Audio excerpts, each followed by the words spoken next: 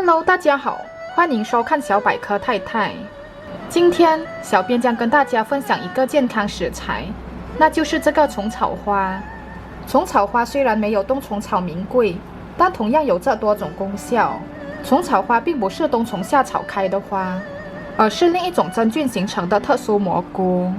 虫草花是汤药药膳中的新宠，滋补身体效果特别好。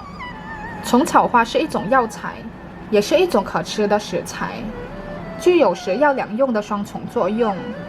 食用虫草花有保健养生的效果，对于治疗疾病也有神奇的好处。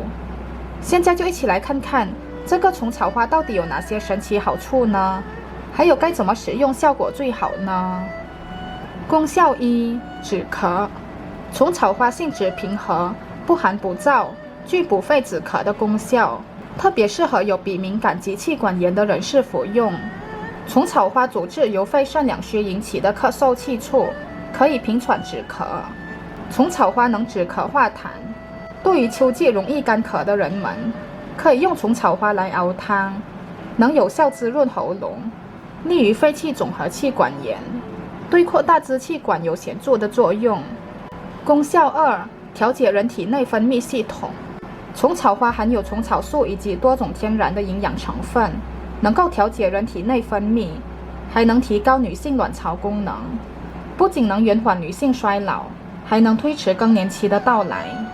内分泌失调首先表现在皮肤上，会导致脸上突然出现黄斑，面色发暗，皮肤变差。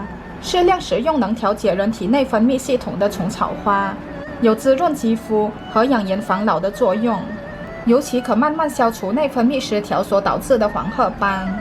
还有因虫草花含有的核苷酸和微量元素硒等营养成分，能抑制色素沉淀，因此能淡化色斑和抑制色斑生成。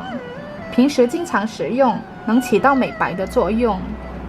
如果懒得用虫草花来煲汤，也可以用它来煮水喝，滋补效果非常好。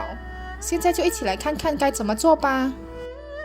首先，只需取一小把的虫草花，然后用流水冲去表面的脏东西，接着放入杯子中，然后倒入热水，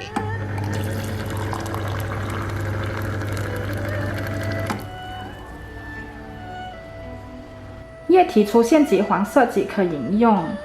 第一次喝完可再次加入开水浸泡，至水色变淡为止。最后可将虫草花细嚼慢咽吃下，效果更佳。这个虫草花茶特别适合脑力劳动者、亚健康人群、易疲劳、易感冒、体弱、免疫力低、腰膝酸痛、肾功能差、面部色斑人士饮用。泡茶喝的话，每日用量不建议超过5克。身体不是特别虚弱的人，不必天天喝，平时1个星期喝2到3次即可。